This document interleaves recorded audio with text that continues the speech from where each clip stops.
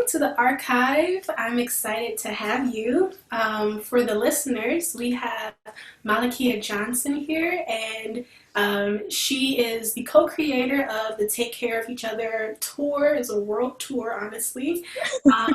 And essentially, we'll get into it later, but essentially, she went across the world and did an archival project where she collected people's stories of them and their like cooperative practices, their cooperative principles and their values and just who they are and stuff like that. And so I am excited because one, like the archive podcast, then that it's in the name, and so I deeply resonate with that, and also just cooperative values, cooperative principles.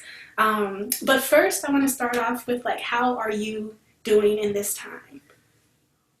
Yeah, thank you for asking that and for the wonderful intro. I'm actually doing okay. I'm doing really well, actually. There are a lot of things that are going well in my life. And like you said, there are a lot of things going on in the world. But my family is okay, and they're healthy, and I'm okay, and I'm healthy, and I try to concentrate on those things. And yeah, like they continue to feel agency in their lives, and I continue to feel agency in my life.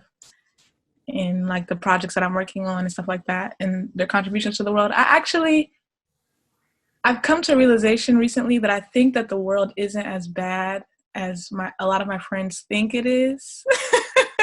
And that there are like these very cool parts of the internet where people have really dedicated their lives to cooperation and like living in the gift economy and like intentional communities and all that stuff. And I'm like, this is also the more I dig, the more I'm like, this is actually a pretty big part of the internet. And so I'm like, it just kind of can depend on, what you're looking at. So I try to look at that type of stuff, and it gives me hope. People are getting closer to their neighbors, and mutual aid is becoming, a larger conversation. And that is all very exciting stuff to me. Yeah, definitely. I agree. I throughout this whole period, I think like this most recent period in my life has been a little like rocky, just like interpersonally. But I do agree. I think that there's always been hectic energy in the world, and there always will be hectic energy. But I would agree, like there is a lot that has come from. There is a lot of people who have shifted their mentality, like so many people who might not have even known what a mutual aid was pre-pandemic are now that's like a part of their everyday vocabulary. Like there's a lot happening, and I think it's really ultimately like the half empty, half full sort of like vision of the world, and like how you're choosing how you want to receive the world, and so the world is just going to give you what you're asking for. Okay. But yeah, so it's a lot there, and like there's always room for it to be better, of course, but like there's so much, and like if you take hold of it, then like it will feed you back. And so on that, what has been your experience, or like what were some of those early I guess maybe we should define cooperatives and co-op principles and co-op values. And then also, what were some of your like early memories or early experiences that really like solidified those principles and values for you? Sure. So, okay, defining cooperatives. And I know I probably should be more, my definitions have to be real, like not from NCBA, like nothing. Like in terms of my experience. So they're just places where people come together. They're usually businesses.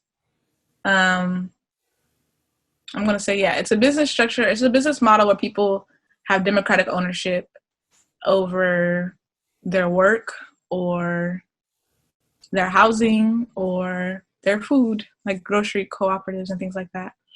And yeah, they learn with each other. That's one of the cooperative principles, like education. And they support other cooperatives, and they pool their resources together to meet their needs in the ways that make sense to them. That's all I have there for now. I hope that's okay. That's totally fine. I'm going to do a plug. I'm a part of an organization called Grassroots Economic Organizing, and you can find anything you want about cooperatives. If that definition, if you're like, what is she talking about? And I want to know more, you can go to geo.coop and it has all the things about cooperatives. So check us out. How I got involved, I always say it started with my parents, and the way I grew up was very unique. I'm originally from sort of Des Moines, Iowa. Like, that's where I grew up. I was born in Ohio, but we moved when I was 7. So I'm from Iowa. And we were like, I don't know if you know that episode of The Proud Family where there's like that one family that celebrates Kwanzaa and that like has lots. That was my experience. Okay. I kid you not. Like, when I saw that, I was like, wow, I see like I went to a Catholic school, and so like anything outside of Christmas, they were just like, I don't know what it is. Yeah. So I was like, they asked me, do you celebrate Hanukkah? Are you Jewish? And I'm just like, no. Yeah, exactly. Yeah, so relatable content. We we grew up celebrating Kwanzaa. We also grew up learning or believing in the principles of Ma'at, or practicing, that's a better word, practicing the principles of Ma'at. And yeah, like not celebrating holidays, like you said. We were vegetarian. We had locks. We were wearing dashikis. Like, that was in Iowa, in Des Moines, Iowa. And so just, in the principles of Kwanzaa, like cooperative economics is a principle. So I'm just seeing that as I was growing up. Like, I'm seeing my dad practice it. We talk about it in Kwanzaa every year. So they're just principles that I'm familiar with, like, self-determination. I feel like just within Kwanzaa, it's about agency, speaking for yourself. It's about care and trust. It's about cooperation, working together. And so, yeah, I think that's where it started, in a more defined way, like how it is now, where I had the language to say, oh yeah, I'm into cooperatives and that type of stuff. That was at the end of college. I got introduced, like many people, to Jessica's book, Collective Courage, and was like, and at the time so I was at Howard.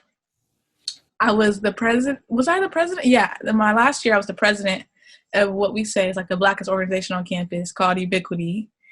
And, so I was in the stage of my life where I'm like protesting, and I'm like, trying to fight the power, and thinking a lot about what it means to be Black, what it means to be engaging in social movements, and really feeling fed up with the fact that a lot of the solutions came down to me having to ask another person about what I wanted to do with my community or my life. Like, when it comes to policy and that type of stuff, it's like, so y'all been asking for years now. Okay, so I need another solution. So yeah, somebody gave me Jessica's book, and I'm like, this is it. This is the work. Why aren't we all doing the work? Somebody tell the people this is the work. Yes. And so yeah, just from then I started following, like, anytime I saw Jessica's name on a flyer in DC, I went to the panel. Like, I was almost like slightly stalkers, a little much, but it was like, Jessica's there, I'm going to be there, because I just wanted to hear her talk. I wanted to hear more about it. I had never heard of anything like it. And so, I did that. And so then I started, towards the end of my college career, I started emailing people that I knew were just involved in cooperative-like things, like just cold emailing them. And one of the people that I emailed was Ajwa Ifateo, and she is the co-founder of the Ella Baker Intentional Community and a housing cooperative in DC that's still there in DC, in Columbia Heights. And we had a little lunch, and she was like, do you want to be a part of GEO? You sound like you're real into this. Do you want to be a part of GEO? And I was like, no, I don't. Because she's like, well, she was saying, it was a writing thing. And I'm like, I'm not a writer. I don't really know what I would contribute. She's like, well, just figure, just try it out. And so I talked with one of our members. His name's Josh Davis. He's the content manager of our website and lives in Montana. And so that was just a weird experience, because I'm like this head wrap wearing, incense lighting, like shawty that goes to Howard, on a Zoom call with a white man from Montana, but like having the most wonderful conversation that I had with anyone in a while about the stuff that I care about. And so I'm like, okay, this might be a thing. This might be a thing. And so, yeah, that I would say that's where it propelled, because Geo is made up of a bunch of people that are like giants in the movement. Like Jessica is a part of Geo. And so I've gotten to know her intimately through that organization. Ajua, like I mentioned before. Michael Johnson, who's one of the co-founders of Ghana's, an intentional community in New York.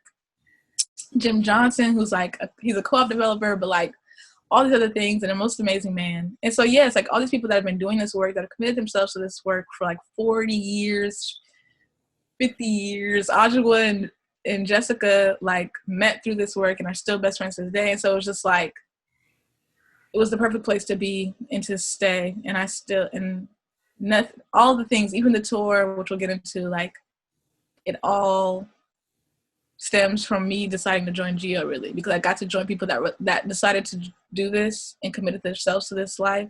And it's very intergenerational, so I got to like, you know, skip a couple of the steps, if that makes sense. Mm-hmm. Yeah, so that's how I got into it initially. Mm-hmm. I'm like sitting here just in awe. Like I love this story. I genuinely adore all of this, because similarly, like it was post grad, and I was just rethinking, like, okay, I'm in the real world now. Like, mm-hmm. money is a thing. Like, how am I going to, one, ensure that like at the end of the day, like I am okay with myself and I'm not, you know, overworking myself in this like just productive, obsessed world. How do I care for myself, one? And then also, how do I ensure that I can acquire what I want or what I need? And like, how do I make sure that these things are sustainable for those who come after me and respectful of those who have came before me? And so I think I just Googled like co-ops or something like that, because like I too, you know, Kwanzaa, I saw the word and I'm like, I get it, you know, we talk about it in the house, I get it, but it's nothing beyond that. It's just sort of like this bubble, and like, you know, we always talk about supporting Black businesses, which is in itself cooperative, but because we don't name it like that in the outside world, it feels like, oh, maybe that's like that's maybe a foreign concept. Like, I don't really know. And so I actually found Geo, and I read an interview with Jessica, and I was just like, wait, literally, this is what I've been thinking. And then someone also gifted me the book, and just reading it, you realize how much vast history, how many people have literally like given. And I like what you said, like committed. They've committed themselves to creating and sharing and producing with people in mind, with humans, with like culture and all of these things in mind. And one, just like how wonderful and like selfless that is, and also like there's just so much here. There's so much to learn from. And like, obviously, you know, that's super like the historical aspect, but then being able to just Google things and see organizations still thriving and still doing the work. I think work is like a contentious term sometimes, but like, you know, doing the things, and how like, wow, it's just, it makes me so happy, and I really adore like how you all's relationships and your experience, and like, oh, I don't know if I can contribute, I don't know what I can contribute, and then them saying, hey, you can show up how you show up, and like basically, you know, we're in this together. And obviously like that theme, that idea is like apparent in like the title of your tour, Take Care of Each Other, and how like, oh man, I've been thinking about radical care and what does that look like? What does that mean? But for you, just what was this tour, and how did you come to it? What was your experiences and all of that? Yeah, so at the time I had just quit a post-baccalaureate computer science program at Georgetown because I thought I wanted to get into computer science and then realized that I was more interested in engineering and makerspace things. And while I was exploring those ideas, the question that really intrigued me, which is hard to explain, but the question was like, what would it mean to create a cooperative technology? Because I was questioning the premise of computers. I was questioning like the premise that their inevitability that I heard often talked about in the field. Like, oh, well, AI is just inevitable. Everything's inevitable. And like questioning the assumptions that were embedded in these tools and what it would mean to have like cooperative principles embedded in the tools that we make. Like if that was the case, would we come up with these sorts of things, if that makes sense? Mm-hmm. And so I quit and I planned to do the tour, but I chickened out and got a job instead and was miserable. And one of my friends had graduated in California and he was the steward of his university's garden. And we were just in like their fields picking oranges and like eating and like talking. And I was just like, I can't go back to work. Like I can't, like this life is waiting for me. I can't go back to work. So I decided I was just gonna do it. So luckily, like everything fell in line. Like I had a friend staying with me who needed a place to stay. She took over my rent. It was like, boom. My neighbor needed a car. So I like let sublease my car. Boom. And then like sketched out in my little journal the cities and started to make a move. I was thinking a lot about what you were saying in terms of even us, like we're growing up in these families where cooperative economics is a thing, but we still didn't even know like how big this could go. And so I was really thinking about the question, how can I make it so that other people don't have to go through the same thing as me?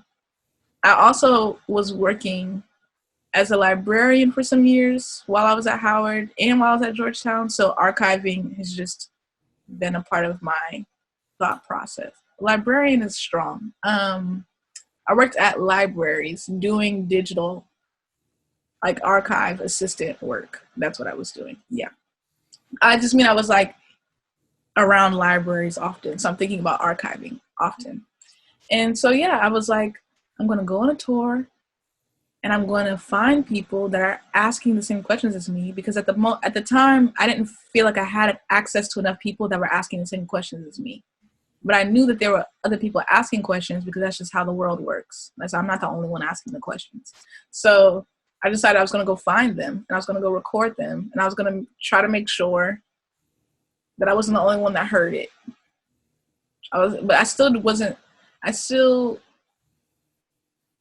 I'm still figuring out like my take on archiving and I don't know what it means, if that makes sense. I ended up partnering with the Marlin Spring Iron Research Center to store them there.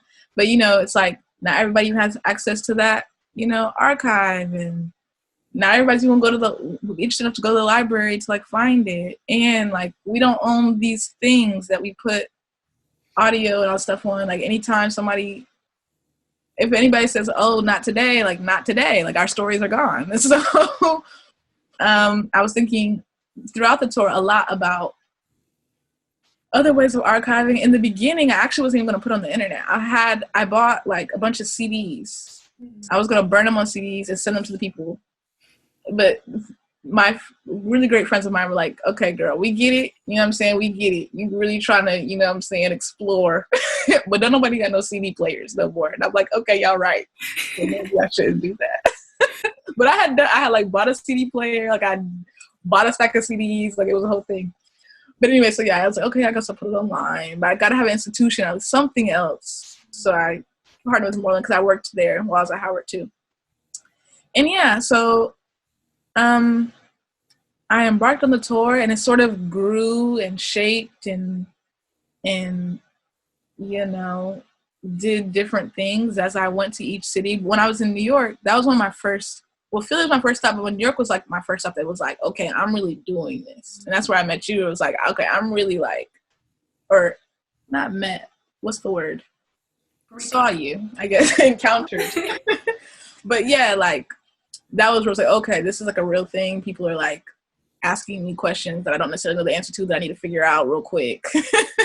And so with each city, I learned more. I got better at it. I got better at communicating. I got better at, you know, my questions. I got better at figuring out what exactly it was that I wanted to know. And yeah, I had said world tour in the beginning just because I was like, I knew that there was a trip to Ghana that Repair Nations was doing, but I just was like, I know I ain't had no money. I was like, I'm gonna just say this. Maybe I'll be able to go. Who knows? I don't know. Like at the beginning, it was just like I was being funny. But then, like you said, I actually was able to actually in New York, I met one of a good friend of mine now. His name's Murray Cox, who is the founder of Inside Airbnb, and which is like I don't know if he would call it an organization. It's a project where he's sort of just tracking the impact of Airbnb on Black and brown communities all over the world, actually. And so he was really interested in what I was doing. It was really intriguing to him. And so he was like, hey, I'm going to this conference in Barcelona. Do you want to like work with me on this project? And then like you can also present on your tour. And I'm like, sure. I had never been to Europe. I had never even wanted to go to Europe, but it was like, who's like, am I going to say no? No, I'm not going to say no. So yeah, we ended up going to Barcelona and then just like traveling to other places in Europe because it was like, we're here, we might as well go to other places. So we ended up going to like Venice. We ended up going to Rome, Amsterdam.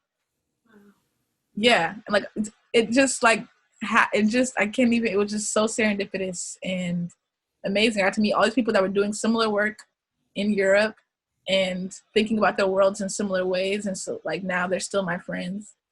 And that was after Ghana. And then in Ghana, yeah, they were having a cooperative conference. They needed someone to do like a podcast, I guess.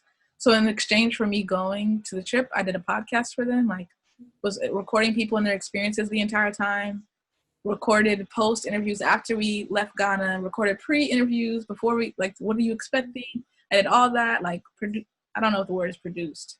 That feels strong. I put a little music, you know, put a little intro on it. You produced it. Give yourself the credit. Okay. I don't even know for real what that word means. That's why I was like, I don't know if there's like. No, that's you're a producer now. Okay. Resume. I'm writing that down.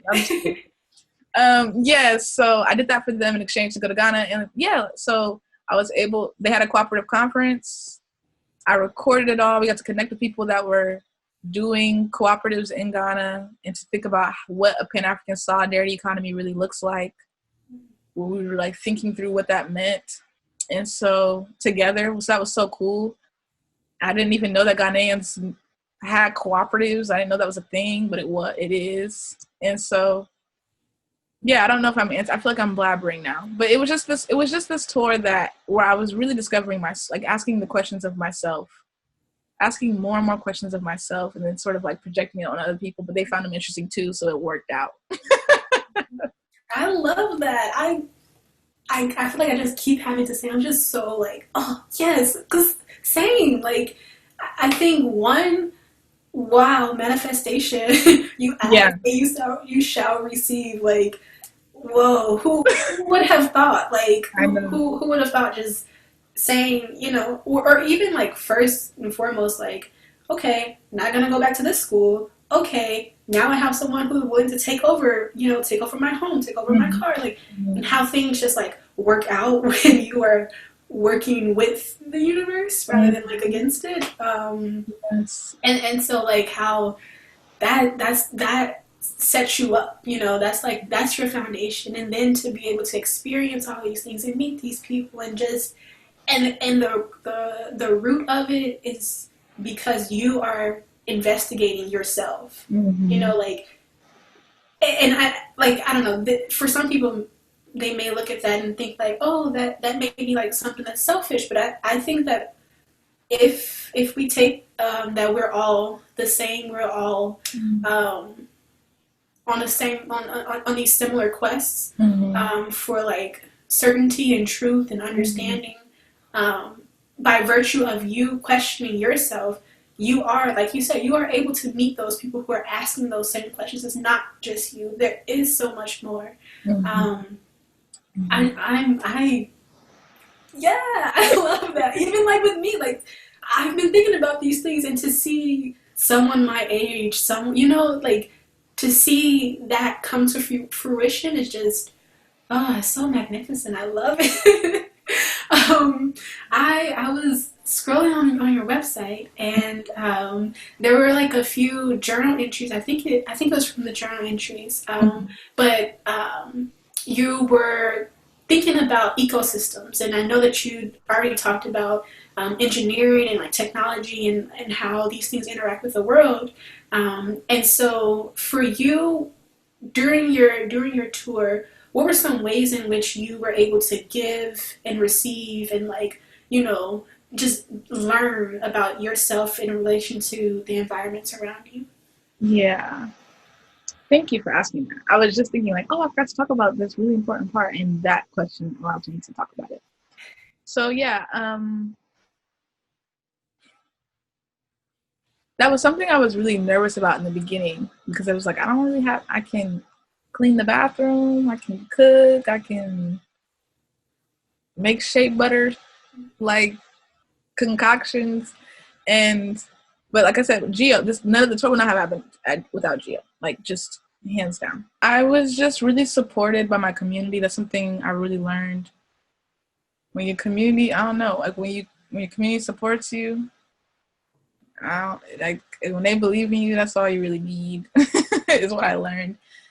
And you're being genuine about what you're doing, and you're not seeking to like overtake. Like, well, actually, could I get this? Like, I didn't, that doesn't work. But yeah, like my first stop, Philly, I was staying with one of my Ubiquity sisters, and I tried to I was cleaning up, and she had a party actually while I was there. So I was like helping to clean up after that, and just being really mindful of like, her space and how I could help. But at the end of my stay, we had this really long conversation about what I was doing, because she didn't really know what I was doing. She just was like, yeah, you can stay here. And so when I told her what I was doing, and it was like really inspiring to her, and she thought about like new possibilities in her life that she hadn't considered before I was there. And so I heard that like a couple of times in each city. And so I began to realize like that is a part of what I'm giving. Like me living out my purpose, me like following my dreams was giving like this inspiration and hope to people, and to like not feel so, well, I don't know if I felt bad, but just like to just know that that's there. Ajua, the person I mentioned in the beginning, was instrumental. I called myself the co-creator because I couldn't have done it by myself. I think that's another way I was sort of giving. Like I wasn't trying to make it seem like, oh yeah, I did this tour. Like, no. If you donated $5 to me, you go on my website. Like because I just knew like everybody that donated, everybody that housed me, everybody that clothed me, everybody that was like, you could stay at this person's house, and I ended up being able to stay at that person's house, like y'all are all co-creators of this thing. And Ajua is on every single stop, because every time I needed a place to stay, Ajua was always emailing anybody she knew in the co-op world in that city, like, hey, we got a young sister traveling to your city, connect with her.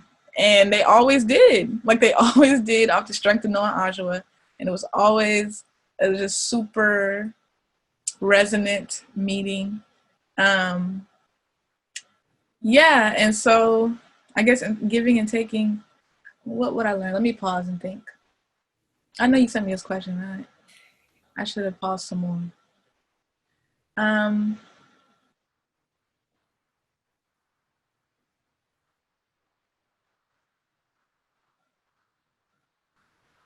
Yes, it's textured. Giving and taking and care is very textured. It's a very dynamic thing. It's not a one size fits all thing. Because like one thing that fits between two people may not fit between another two people. And so I think that's something I learned. that that care is textured. I think that's all I want to say about that. And also, I guess another thing, but I didn't learn this until after, in the way that I know it now. But it's like, it's just everything that we have is a gift. Like, none of this, like the sun is like, that wasn't a given. It wasn't like, oh, okay, bet I got the sun to count on. You know what I'm saying? I got the clouds. Like, okay, bet I can count on those joints. Like, that's not, no. My metabolism working, like, that's a gift. My breath, and it sounds cheesy, but it's like, for real, like, I'm already in debt in gratitude. Like, there's really nothing I could really do to like pay back.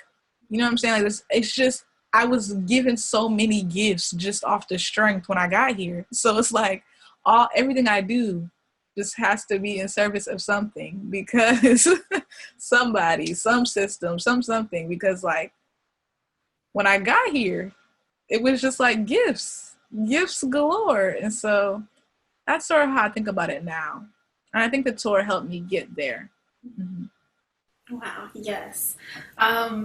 You already kind of started talking about it a little bit, but what were some of your favorite memories that were like super resonant then? And now, what are some things that you've had to, ruminate over, over the last year, and like what's sticking out to you? Yeah. Then, okay, so I'll say that for, okay. So another part of the tour was me being able to visit family. That was something that was really important to me at the time.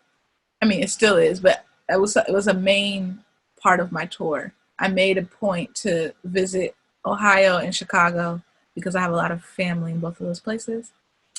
And so being able to just be with my cousins in Columbus, and well, also to be in Columbus as an adult, knowing that my parents met there and like, started to build a family there, and that all of like my brother's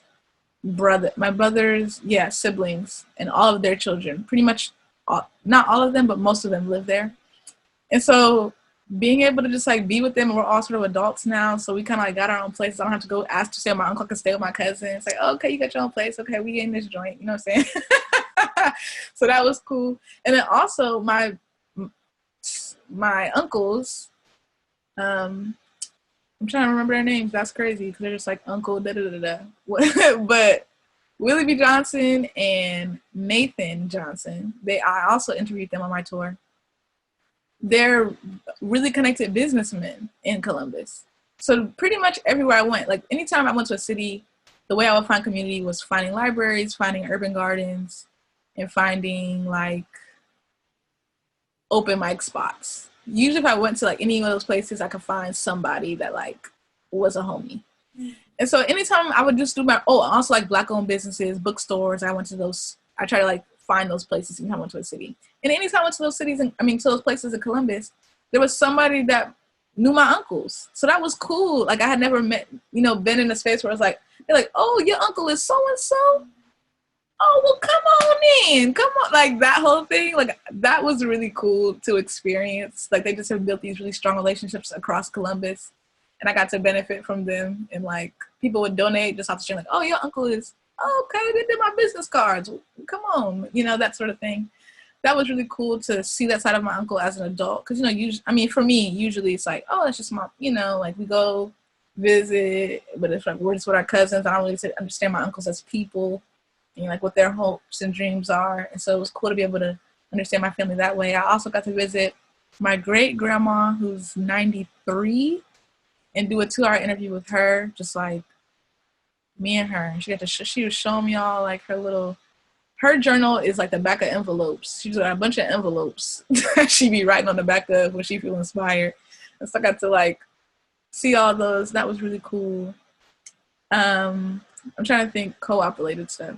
Yeah, take it however. Okay, cool. Okay, every interview is memorable for, distinct reasons. But now, the place that I just keep always coming back to, and that I'm like considering moving to at the moment. We're seeing how the things will work out. But the place I always come back to is Detroit. It was my favorite place on the tour. I met so many people that were just exactly where my head was at, like exactly in a way that didn't happen in any other place on the tour. And the people there are just so, I don't even know what to explain. Like I was telling my friend today, like the air in Detroit is just creative. Like just the air. I remember writing, I don't know if this is in my journal entries. I remember writing like me just walking around and seeing the houses. I felt like I was in a Toni Morrison book. Like I also felt like what was funny to me, that most of the people that I met, like I kind of feel like people that are from Detroit are people that somebody found in a small town in Georgia and like plopped in Detroit, and like nobody told them that like that they moved north. Like I feel like it has a very Southern feel. I mean, obviously I understand the like history of how Black people got to Detroit, so I understand why it feels that way, but it doesn't, like that same sort of history, you know, it applies to Chicago and other places, but it doesn't. It's different in Detroit. Like in Detroit, they're still moving slow. Like they're not. Yeah, like they're still moving slow. They still talk mad country. Like, and I just loved it. I loved it so much. There's just so many people that are like, that just have agency over their lives. Like they're not taking what other people say about who they are and what their identities mean in the world. Like they don't care about any of that. And that's like what I be on. And they just like move how they want to move. But when I was there, I didn't get to interview him, and his name escapes me. But he's the owner of a cooperative called Can Books. It's a book cooperative, if I remember correctly. And Can, spelled K-A-N, stands for Knowledge, Allegiance, Nation. And while I was there, he just decided he wanted to host a festival. And so he hosted a festival. Like he hired a band, Molly Wop, shout out to Malikia Johnson, which is like a funk band.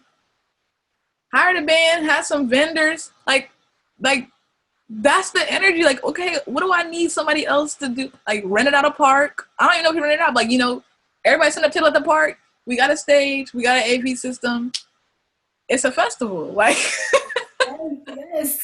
And there was just so much of that I was just like, I was just in love. I just love Detroit so much. And there was also a bunch of serendipity. Like my housing in Detroit was the first place where I didn't have like stable housing for real in the tour. And like on the day that I needed to find another place and I really didn't have an idea of where I was going to go, you might call it naive, but I just decided I was going to go to a screening of Do the Right Thing, even though like it was getting very late in the day. I really needed to find, you know, a place to be, but I went to the screening, ended up sitting next to this guy who was really cool and into like same sort of like urban gardening type of stuff. We end up like just having a good conversation after the movie. We end up like taking a walk together, or I think we were riding a bike. We pop up on this festival that's like happening randomly in the middle of Detroit, like at nighttime. It's like, and this sounds dangerous, but it wasn't that, you know, I know it's like, don't do things with strange men, but it wasn't a weird thing like that. It was just very like two people that have like minds that are like exploring the world together. That's all it was. So I understand how it sounds, but it just was a very serendipitous thing. Like we ended up, and it was a multicultural festival. Like I don't want to misname the culture, but there was a culture of the Asian variety. I'm not sure which, but they were like dancing. And then right after there was like a hip hop section. And then there were people rapping to like the drumming that was happening from the like other culture. And it was just like this mix. It was like, who would have thought that we would have come upon such a thing? And then he also ended up being able to have a place for me to stay, like a little air mattress in his place for me to stay. And I was able to stay there for the rest of my trip. And so that's an especially fond memory, just because like ain't nothing but God. Like that ain't nothing. part. That is. That ain't got nothing to do with me. That had nothing to do with me. And so, yeah, like having moments like that where it's like, oh wow, you are the exact person that I need right now. Thank you. You know, like, Yes, yes. word. Yeah, so I yeah. love that. Wow, that is amazing. And also, you mentioned so many like places, so many sites, so many like physical things. And so a lot of this is like imagining a new theoretical world, I suppose, or a new like way of like living. But for you, what are some of the physical aspects of like a reimagined world that you hope to see? Yeah. Um I'm a I'm a little science fiction-y, so bear with me. I really can get out there. But the world I really hope to see a world. I have this thing that I say where I say when we take care of each other, the world becomes more vivid. And by that I mean like I have this weird thing. I have this weird like what's the word? Belief. It is a belief. But I have this thing where I only have beliefs that are functional, if that makes sense. I only like to hold beliefs that are functional. And this belief is functional for my purpose, so it's fine. But I really do think that if we all take care of each other in the ways that, where that's like meeting the goal for each of us, not in like where it's like as textured as it needs to be to fit everybody, that like the trees will trust us and like turn blue and like reveal their true colors, or like be violet, bushes will be violet, like the world will really be like this really colorful space where like they're like, okay, cool, they got it together. We can Yeah. reveal who we really are. Well, like even if you think about it, because they were saying when the whole pandemic started and they were in Italy, everyone's in the house, the water cleansed itself Mm-hmm. geologically. This water that's just been filthy for decades is now just like beautiful. It's like, come on, we gotta get it together. We Mm-hmm. have to get it together. Mm-hmm. No, exactly. So yeah, that's like my science fiction way of how the world will look. A little more grounded is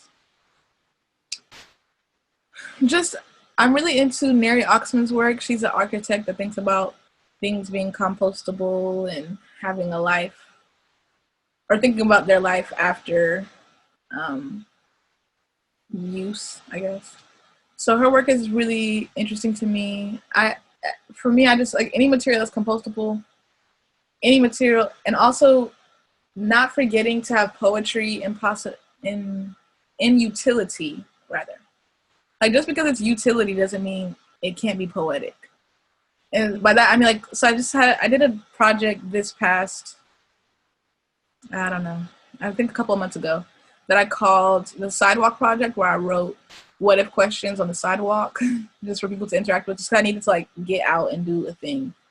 And then I turned it into the fire hydrant project, where I created these like flowers that I could put on fire hydrants. I cut it out of cardboard to like give some possibility to the fire hydrant. Like why the fire hydrant can't have a flower head? Like, you know what I'm saying? Like why we be so boring about it? In my head, if everybody was taking care of each other, they would want to be creative in the ways that make sense to them. So like there would be no mundane houses. There would be no like houses that look all alike. Like everybody would be able to be fully creative in whatever they wanted to do. Everybody would be dressed in like these patterns that are very expressive of who they are. And like, yeah, like the whole world would just be dope.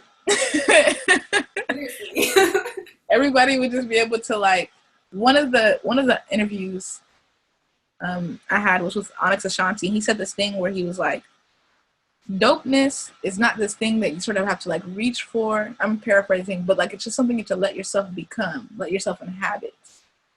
And so that's always stuck with me since then. And it's like I don't even have to like. It's like I'm trying to be dope. It's just like I'm allowing myself to be dope. You know what I'm saying? Like Giving yourself that permission to just be exactly be a person, be you, and like however messy and like, of course we don't want to like show up in ways that are harmful to other people, but like sometimes it is messy and sometimes it can be harmful, and in those moments you do have to correct, you do have to Yeah. adjust, you do have Yeah. to like figure it out, but like Yeah. there's nothing to it but literally to just Oh be. wow. Yeah. Yeah. So that's a vibe. In terms of, I'm thinking about more material stuff. Well, to me, multifunctionality and compostability, like that's what I want to be two main principles in everything I create. Like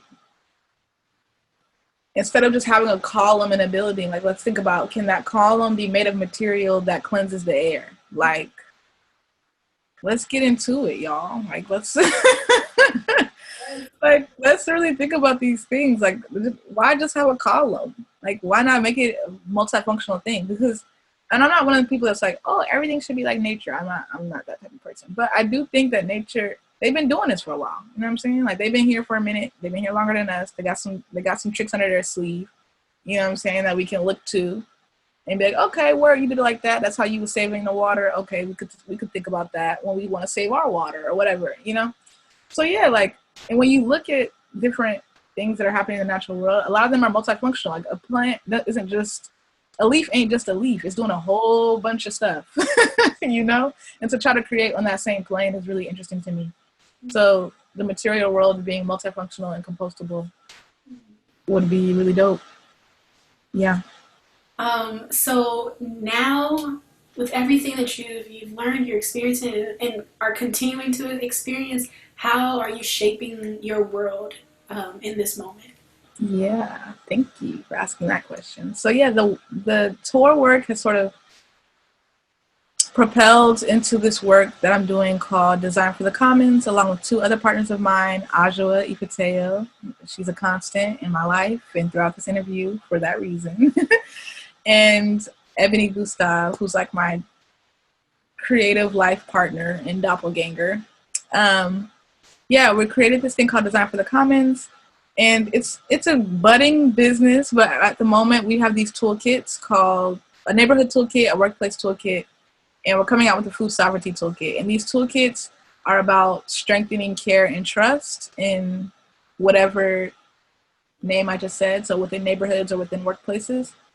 And I'm really thinking a lot about trying to use mutual aid to get people to the cooperative stuff, because I feel like mutual aid is in the middle. And often when people say mutual aid, I didn't even know what mutual aid was during the tour. But so just for people that may not know what it is, basically sharing, pooling, exchanging resources to meet the needs of the people that are doing the sharing, pooling, or exchanging. And so, yeah, like we really think that these mutual aid systems are tried and true and can make it so that care and trust is a predictable outcome after you do it. Like we talk about care and trust as if they're these things that we just can't grasp and we have no knowledge of, and there's no way to make a system to account for these principles and ideas. And there are there are ways of doing that. If it's documented and noted that if you share, you know, with a person for a certain amount of time, there will be a bond that is grown. You will feel connected to that person. And if we create systems where that is a mainstay in our lives, in our neighborhoods, in our workplaces, we can start to try to, you know, strengthen care and trust in our everyday lives. And like with that invites serendipity, it invites a learner's mindset, it invites generosity. And so that's the type of world I'm interested in building. And so that's what we're doing right now. We sent our neighborhood toolkit to neighborhood associations around the country and got really great feedback, mostly in Black cities, just because, you know what I'm saying. But yeah, we got really great feedback, and I've been doing, you know, sort of tutorial, I would say like workshops a little bit with neighborhood associations. And so that's really exciting work. We have a couple of other projects that are like too early to speak on, but I'm just really excited about the work we're doing in terms of illuminating the cooperative economy. Like I was talking about at the beginning of the interview, it is there. like zero waste shops, makerspace, like studios, mutual aid spaces, cooperatives, guerrilla gardens. Like, if you don't want to live, like, living off the grid sounds like so crazy, but it's like, it's really, you could really do that. And you could do it. I mean, I don't know about off the grid. It depends on how crazy you get in terms of electricity and all that stuff. Like, you really could, like, detract from a lot of these institutions that we feel like we have to count on. Like, there are a lot of people in the world doing cooperative work, like, where they're fed up with that stuff and they want to beautify the places they live. They want to have agency over their food. They want to have agency over their work, and they're building together. And so one of the projects we're working on is illuminating in a map, like, that economy. And in doing that work, it's so inspiring because it's so much bigger than what you would think. Like, there's so many people doing it. And so that's how I'm shaping my world right now. Thank you so much. Or I guess not one, but a few takeaways that I'm grasping from this is, yes, create what you want. You know, if investigate yourself, like, there's options, you know, and I think that's, like, plain and simple. Like, there are options. You are not limited. And you spoke so much about agency, and, like, that being so true. There you have control over a lot more than other people will tell you that you have control over. And that's just, like, you know, that just is what it is. And so once you acknowledge, like, your own power, you know, so many of these, like, moments that seem like, how could this have happened? How is it? You know, it's like God is just like, hey, I'm just waiting for you. I'm waiting for you to see and say that, like, you hear me. Yeah. And I will then continue to speak to you, and I will speak to you in such in, like, an impassioned way, and I will show you that there is more. There's more than what you have been, like, looking for in the past. And so I'm really grateful. Thank you so much for sharing, and, like, the work that you've been doing, and certainly, like, the work that other people that you've called up has been doing. Like, all of this is connected. Yeah, wow. There's a lot there for me to just, like, sit with and just, like, hug. I have to do a hug after this. But where can people find and connect with you and follow up with you or anything like that? Yeah, sure. So the Design for the Commons work that I was talking about, you can find out about it at designforthecommons.org and contact me there. I'm on Instagram, Malikia Johnson, and that's really the only social media that I pay attention to. And those two places. Awesome. Well, for the listeners, please keep up with her, keep up with all the work that, just all the work that all co-ops are doing everywhere, if you can, when you can, and be sure to follow us at DIG3x. Again, thank you so much. I'm really grateful. Thank you for the platform. This was amazing. I had a good time.